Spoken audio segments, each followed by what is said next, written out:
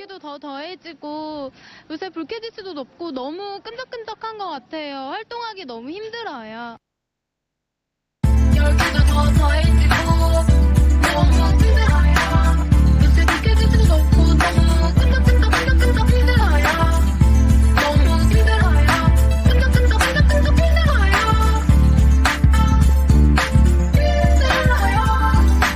가만입니다. 더 시저입니다. 본격적인 조정이 시작되었죠. 저도 조금 힘들어지기 시작하네요. 일단 공포지수 매매법은 시작 버튼을 눌렀습니다. 금요일 장마감은 이란, 이스라엘의 전쟁이 악화됨으로써 주간장에 상당히 큰 폭의 하락을 보이다가 장이 시작될 쯤 해서 약간의 반등인가 싶었지만 여러분, 조정 하락장의 특징은 장 초반에 약간 기대심을 심어주고 장이 시작하면 그대로 쭉 밀어버리는 이러한 형태를 항상 보여주고 있습니다. 매 층마다 개미를 입주시키고 전부 다 물리게 하여 패배의식에 적게 하는 월가의 세력들의 패턴입니다. 그래도 우리가 조금 희망적으로 볼 수 있는 것은 다우 산업은 양봉 전환했다는 거. S&P 500도 0.8% 밖에, 0.8%도 사실 굉장히 많이 하락한 거지만 0.8% 밖에라는 말이 어울리게 매우 안 좋은 장이었습니다. 필라델피아 반도체는 아주 그냥 개떡락을 시켰네요. 이란, 이스라엘 추가 도발 시 즉각적 최대치 대응 경고, 최고 강도 대응할 것이다. 이란, 이스라엘의 분쟁, 갈등은 이제 시작입니다. 한 나라와 한 나라가 싸우는데 간만 보다가 끝나진 않아요. 그럴 거면 시작도 안 했겠죠. 그렇지 않습니까, 여러분? 이란, 이스라엘의 갈등은 두고두고 반등하는 나스닥의 조정의 재료로 계속적으로 쓸 겁니다. 한마디로 오를만 하면 이란, 이스라엘 뭐 어쩌고저쩌고 쭉 내리고, 오를만 하면 이란, 이스라엘 뭐 어쩌고저쩌고 쭉 내리고, 계속 이런 식으로 반응하게 될 것 같습니다. 실적 발표 시즌이 시작되었는데 ASML 실적 나가리 쭉 내리고, TSMC 실적 나가리 쭉 내리고, 넷플릭스, 우리의 넷플릭스조차도 엄청난 마이너스 9%를 내리면서 나스닥을 쭉 끌어내렸습니다. 볼린저 밴드 하단 밖으로 나갔고요. 스토캐스틱은 단번에 과매도권, 넷플릭스 같은 경우는 일목균형표를 지지해주는가 지켜봐야 될 것 같습니다. 공포지수 31이죠. CNN 공포지수 타임라인 작년 8, 90 조정장에서는 익스트림 피어 20까지 갔었습니다. 물론 이때도 저는 공포지수를 체크했었기 때문에 순간적으로 20이 장중에 깨진 적도 있었습니다. 현재 어떻습니까? 31이요. 어쩌면 이 조정이 이제 시작일 수도 있다는 마음가짐을 항상 가지고 계획적으로 분할 매수를 하시라는 뜻입니다. 익스트림 피어, 바이, 뉴트럴, 홀드, 익스트림 그리드, 셀, 다시 홀드, 바이, 홀드, 셀 계속 하시면 된다니까요. 근데 여러분은 익스트림 그리드 때 바이, 뉴트럴 때 홀드, 익스트림 피어 때 셀 이렇게 하고 있잖아요. 주식을 반대로 이렇게 하고 있는 거예요. 주식은 시계 방향으로 이렇게 해야 됩니다. 시계 반대 방향으로 이렇게 하시면 안 돼요. 무슨 말인지 아시겠죠? 역대 하락장 빠르게 훑어보고 갑니다. 닷컴버블 고점 대비 마이너스 84% 하락, 서브프라임, 모기지, 리만브라더스 파산 마이너스 54% 하락, 코로나19 마이너스 30% 하락, 그리고 22년에 파월의 금리 인상, 코로나 버블 마이너스 37% 하락. 이 네 가지의 하락장은 말 그대로 완전히 추세적으로 개박살이 나는 하락장. 그리고 이 네 가지의 단기 하락장은 하락장이 아니라 조정장이죠. 상승장에서 상승의 추세를 꺾지 않는 일시적인 기간적인 하락장. 21년에 그리스 9월 미국 신용 강등, 하락기간 28일 16% 하락, 중국발 아시아 증시 대폭락, 하락기간 42일 25% 하락, 미중 무역전쟁 고점 대비 23% 하락, 하락기간 84일, 그리고 작년에 이스라엘 하마스 전쟁 국채 금리 급등 12% 하락, 하락기간은 98일. 이번에 현재 진행되고 있는 이 조정장이 바로 상승장에서 잠시 찾아왔던 단기 하락장일 수도 있다는 겁니다. 아니, 그럴 확률이 크다는 거죠. 하락기간 체크해 두시고요. 하락 비율 체크해 두시고요. 충분히 고점 대비 10% 이상 20% 부근까지도 충분히 내려도 다시 상승을 이어갈 수 있다는 겁니다. 현재 어떻죠? 4월 3주차는 마이너스 5.39% 하락했고 24년 여기 최고점 대비 7.72%밖에 하락을 하지 않았다는 겁니다. 마이너스 10%도 하락을 안 했습니다. 마이너스 10% 정도의 하락은 매년 찾아오는 하락입니다. 단 한 번도 건너뛴 적이 없고 매년 찾아오는 하락이라고요. 매우 일반적인 하락이란 말입니다. 그런데 지금 마이너스 7.72%밖에 하락을 안 했잖아요. 개인적인 예상으로는 충분히 나올 수 있는 하락폭으로 상승 추세선 하단을 터치하는 마이너스 한 12% 정도의 하락은 충분히 나올 수 있다고 생각합니다. 그것을 알고서 투자해야 된다는 말입니다.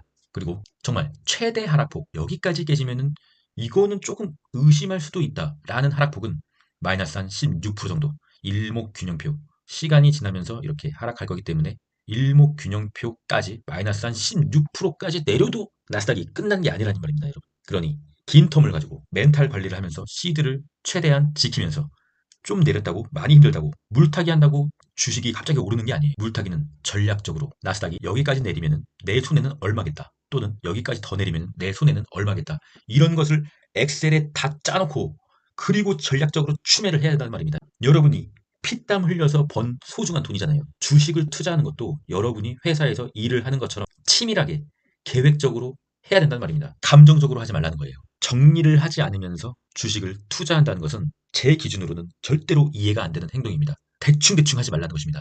롱의 보조지표 다우지수는 스토캐스틱 K값이 D값을 터치했죠. 그렇기 때문에 기술적인 반등이 나오는 거죠. 개인적으로 다우지수는 S&P와 나스닥보다 좀 더 빠르게 하락을 시작했어요. 그렇기 때문에 기술적인 반등이 나올 타이밍이 됐죠. 그렇다고 하면 S&P와 나스닥도 조금 더 내리면은 다음 주 중에 기술적 반등이 나올 수가 있습니다. 하지만 그 기술적 반등이 완전히 상승 추세로의 전환은 아니겠죠. 당연하죠. 21선과 11선, 5일선, 21선과 11선, 5일선, 21선과 11선, 5일선이 내려오고 있잖아요.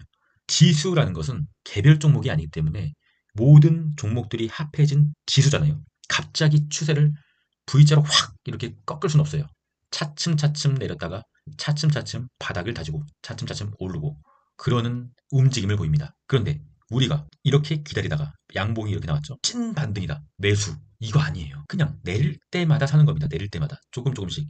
너무 심하게 내리면 더 많이 사고요. 여기서 만약에 산다고 하면 다시 다음 주에 또 내리면 뭐 손절할 겁니까? 그거는 주식을 반대로 하는 거고요. 공포지수 매매법 상세하게 정리를 해놨잖아요. 현재 공포지수가 31이죠. 그럼 50만 원 매수하시는 거예요.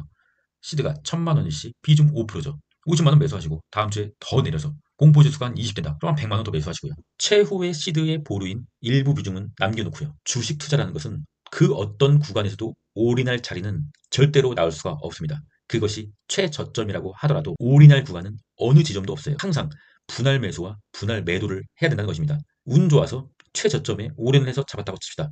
그러면 그 습관을 절대로 버리지 못합니다. 나중에는 또 어떠한 지점에서 올인을 때려버리게 되고요. 그게 그 다음에도 성공할 수 있을까요? 그러면 언젠간 그 습관을 버리지 못하고 주식 투자로 망하게 되는 겁니다. 저는 주식 투자로 오늘 당장 부자가 되려고 주식을 하는 게 아닙니다. 점차적으로 제 자산을 꾸준히 늘리기 위해서 주식을 하는 겁니다. 저와 같은 방법을 쓰셔야 주식 시장에서 롱런을 할 수가 있습니다. 여러분, 공포지수 매도의 방법도 써놨잖아요. 참고하시고요. 주식의 매도 타이밍도 써놨잖아요. 참고하시고요. 주식의 매수 타이밍도 써놨잖아요. 참고하시면 돼요. 현재 주식의 매수 타이밍에서 5개 중에서 해당되는 것이 무엇일까요? 1번, 약간 해당되기 시작했고요. 2번, 해당되지 않고 있습니다. 아직도 이제 저점이다. 찐반의 시작이다. 이런 말이 주식 카페에 많이 올라오고 있고요. 주식 카페에서 사람들이 싸운다. 싸우진 않더라고요. 유명 유튜버의 댓글에 악플의 비중이 높아질 때 서서히 일어나고 있는 현상이고요. 모든 사람이 리만 브라더스가 곧 올 거라고 할 때 아직 오지 않았습니다. 그것은 아직 찐바닥이 아니다 라고 판단하고 있습니다. 키움전세 주간 동향 일단 급격하게 또 테슬라를 포함한 롱에 급격하게 일간 순매수가 잡혀 있고요. 아직은 찐바닥이 아니다. 주간 순매수 역시나 똑같고요. 월간 순매수조차도 똑같습니다. 찐바닥이 아닐 가능성이 높다. 다음 주 주요일정입니다. 수요일에 새벽 5시 5분이죠. 테슬라의 실적이 발표가 됩니다. 아무도 기대하고 있지 않은 테슬라의 실적이고요. 그리고 목요일 새벽 메타, IBM 실적이 발표가 됩니다. 빅테크 주간이죠.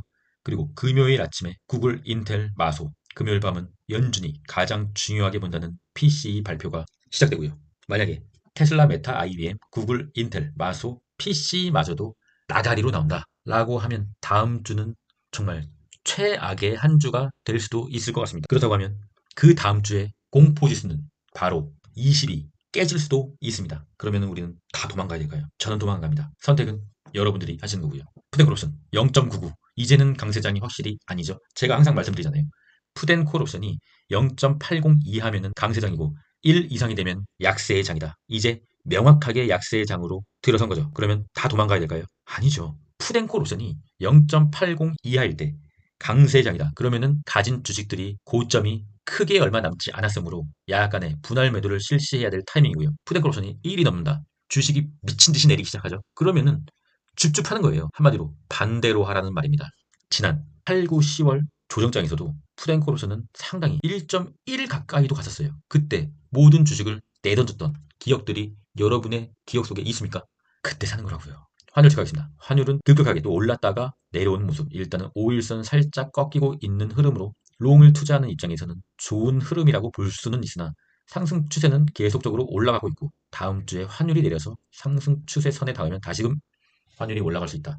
이 상승 추세 밑으로 내려와야 이제 주식이 조금 더 올라갈 수 있는 가능성이 있겠구나. 이렇게 생각할 수가 있습니다. WTI 국제유가 일단 5일선은 내려오고 있고 20일선은 여전히 올라가고 있다. 상승 추세선이 깨져야 된다는 말입니다. 그래야 명확하게 이제는 좀 한시름 놓았다. 롱을 계속적으로 홀딩해야겠다라고 볼 수가 있겠습니다. 골드와 실버 계속적으로 조정 한번 대충 없이 쭉 올라가고 있는 모습. 이번 조정장은 사실은 골드와 실버가 주도한 조정 하락장이라고 볼 수가 있게 되는 거죠. 주식과 골드, 실버는 어차피 장기적으로는 초장기적으로는 우상향입니다. 많은 시간이 흐르면 예전보다 무조건 가격이 올라가는 게 골드와 실버 그리고 주식입니다. 왜냐하면 한정되어 있으니까 시장의 돈은 계속적으로 찍어낼 수밖에 없는데 골드, 실버 한정돼 있잖아요. 그러니까 가격이 무조건 올라가는 거예요. 물론 그 과정에서 하락과 상승을 반복하지만 아주 긴 시간이 흐르면 올라가요. 그런데 골드와 실버 그리고 주식은 커플링은 아니에요. 골드, 실버가 오르면 주식이 내리고요. 주식이 오르면 골드, 실버가 내리고요. 그것은 시장의 파이가 한정되어 있기 때문입니다. 때문에 지금은 골드와 실버가 오르고 있잖아요. 그럼 골드와 실버를 살 때입니까? 아니죠. 이미 많이 올랐잖아요. 지금 와서 뭘 더 먹겠다고 삽니까? 지금은 오히려 주식을 사야 될 때입니다. 고통을 견디고 나중에 주식이 이렇게 오르면 그때 팔면 됩니다. 좀 길게 보셔야 됩니다. 단타로 하려면은 골드와 실버를 사야겠죠. 찍어먹고 나올 거니까요. 하지만 우리는 단타로는 아니잖아요. 그러면은 생각의 틀을 좀 바꿔야죠. 그렇습니다, 여러분. US100, CFD 나스닥 차트 일봉입니다. 상승 추세선, 첫 번째 상승 추세선까지만 하락을 하고 있죠. 심각한 것은 일목균형표를 이탈했다. 그러면 두 번째 상승 추세선까지도 충분히 내릴 수도 있다. 마음의 각오를 하셔야 될 것 같습니다. 여기서 다음 주에 반등이 시작된다라고 한다면 다시금 일목균형표 저항이 있고요. 파란색 강하게 들어온 지점에서 다시 한번 저항을 받을 수가 있겠고요. 여기서 맞고 다시 떨어질 수가 있습니다. 이렇게 말이죠. 그러니까 지금 우리가 할 수 있는 전략은 최저점을 갱신할 때 그냥 사는 거예요. 그리고 나중에 긴 시간이 흐르고 다시 주식이 올라간다 라고 한다면 우리가 최저점에서 줍줍한 물량만 가지고 상승을 즐기는 겁니다. 그래야 장기적으로 승리할 수 있는 확률이 높아진다고요. 이게 주식이에요, 여러분. 엔비디아. 이 초록색 선 제가 어제 그은 게 아니죠. 저번 주에 그어놓은 겁니다. 정확하게 또 하락 추세선의 주차한 모습. 엔비디아가 추가적인 하락이 나올 수가 있다는 거죠. 이 하락 추세선과 캔들이 멀어져야 됩니다. 멀어져야 다시금 엔비디아가 날아오를 수 있다. 이 추세선을 이렇게 횡보하더라도 다시 추세선을 맞는다는 것은 이 추세를 따를 수 있다는 거예요. 다시 다음 주에 엔비디아가 옆으로 흐르다가 다시 추세선을 맞는다. 그러면 계속적으로 여기까지도 650달러까지도 충분히 상승 추세선과 하락 추세선이 만나는 650달러까지도 충분히 내릴 수 있다는 추세라는 겁니다. TQQQ 아까 US100 CFD 나스닥 지수와 동일합니다. 여기까지도 충분히 내릴 수가 있는 상황. 장기 상방 추세선을 터치할 때까지 내릴 수가 있다는 거죠. 내릴 때마다 저는 추매를 할 예정입니다. 현재는 RSI 29로 상당히 과매도의 구간. 다음 주 초에 일시적인 반등이 나왔다가 다시 내릴 수가 있다는 겁니다. 이 내릴 수가 있다고 자꾸만 그러는데 넌 왜 안 팔고 자꾸만 사라 그러냐? 장기적인 상승 추세가 꺾이지 않았기 때문입니다. 나스닥을 보유하고 싶었잖아요. 얼마 전까지만 해도 2월, 3월 달까지만 해도 여러분들은 왜 나스닥을 더 사지 못했을까? 왜 더 사지 못했을까? 부럽다. 그런 말 하셨잖아요. 이제 나스닥을 살 수가 있는 시기가 온 겁니다. 나중에 또 다 오르면 그때 사서 2%, 5% 먹고 좋아하시려고요. 주식을 거꾸로 하시면 안 됩니다. 쏙슬 개처럼 내리네요, 진짜. 이건 좀 참을 수 없게 내리는데 쏙슬의 차트는 상승 추세선이 너무 밑에 있다고 말씀드렸죠. 일목균형표를 하락으로 돌파하게 되면 굉장히 위험할 수 있다고도 말씀을 드렸습니다. 쏙슬도 이제 조금씩 분할 매수할 때가 온 겁니다, 여러분. 상승 추세선이 아주 밑에 있다고요. 불즈 적군에서 원수가 되었네요. 불즈 원수 넘어가도록 하겠습니다. 테슬라 장기 하방 추세선을 이탈을 하는 모습, 그리고 초장기 이 빨간색 선 초장기 삼각 수렴까지도 가려고 하는 모습. 끝도 없네요. 개별주라는 것은 상당히 무섭네요. 정말로 테슬라는 끝까지 한번 가려다 봅니다.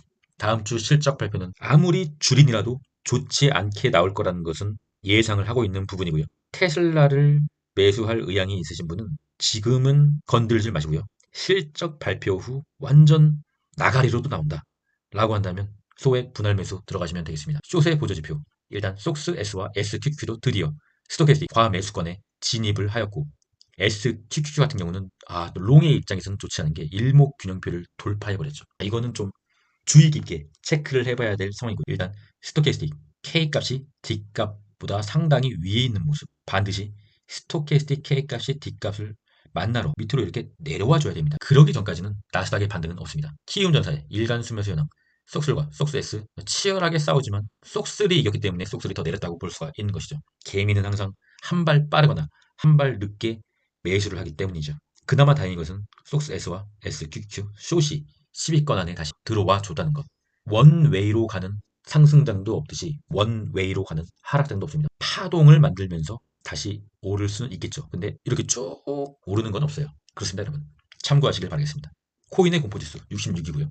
코인의 차트 일단 강하게 들어온 이 검정색 선을 이탈하고 일목균형표까지 이탈하고 횡보의 모습을 보이고 있는 모습이죠. 일단 이 갭은 메워졌고요. 일목균형표에서 서성이고 있는 모습. 저는 코니를 계속적으로 홀딩을 하고는 있으나 추가적으로 더 내린다고 하면 추매의 의향이 있습니다. 그리고 어제 영상에서 굉장히 짧게 언급만 하고 넘어갔던 오랜만에 돌아온 조정하지 마라 메러선 디지털 홀딩스 차트입니다. 제가 어제 너무 짧게 언급만 하고 넘어간 것은 저의 멤버십 회원님들에 대한 배려였습니다. 마라에 들어가거든요. 엊그저께 들어가서 단기적으로 한 10% 조금 넘는 수익을 보이고 있고요. 마라를 주기적으로 모아가서 장투를 하겠다. 이런 마음까지는 아직 아니고요. 뭐 이때처럼 저점에서 횡보를 하다가 비임을 한번 쏘고 다시 하락 추세로 전환이 될 수도 있으니까요. 이때처럼 지금도 상승을 약간 해주다가 다시 하락으로 쭉 내릴 수도 충분히 있는 겁니다.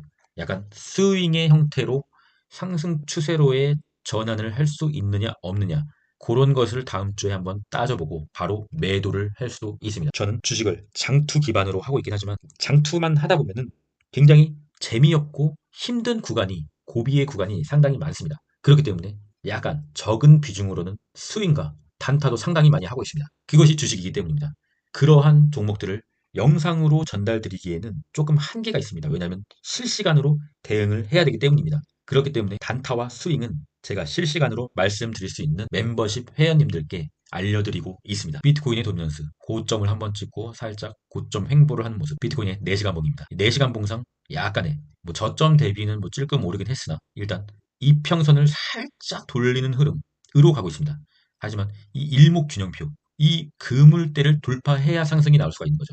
여기서 다시 저항을 맞고 내려온다고 하면 다시 한번 저점 테스트를 하러 가는 거고요. 이더리움도 똑같죠. 이평선을 약간 평행으로 돌리는 모습, 일목균형표에 그물대가 막혀있다. 일목균형표를 뚫어줘야 되는데 뚫지 못하고 그물대에서 다시 하락을 한다. 그러면 다시 저점 테스트를 하러 가게 되는 거고요. 쉽지가 않습니다. 장기 투자라는 게. 저는 계속적으로 일단 모든 게 끝난 상황은 아니기 때문에 홀딩을 하고 있습니다. 더 시저스 멤버십 한번 참고하시고요. 임정수님, 혼신님, 케빈님 후원 감사드리고요. UDT 가입 감사드립니다. 저의 공포지수 매매를 실시간으로 UDT와 장교 멤버십의 회원님들께 알려드리고 있습니다. 주식이 내려서 저도 약간 기분이 당연히 좋지가 않은데 커피 감사히 마시고 차트 분석에 모든 힘을 쏟도록 하겠습니다. 지금은 전시니까요. 이런 날도 있었죠. 모든 주식이 미친 듯이 내린 날, 애플 12%, 아마존 8% 내리고 모든 주식이 돌아버릴 정도로 내리는 날도 언젠가는 주식을 하다 보면 옵니다.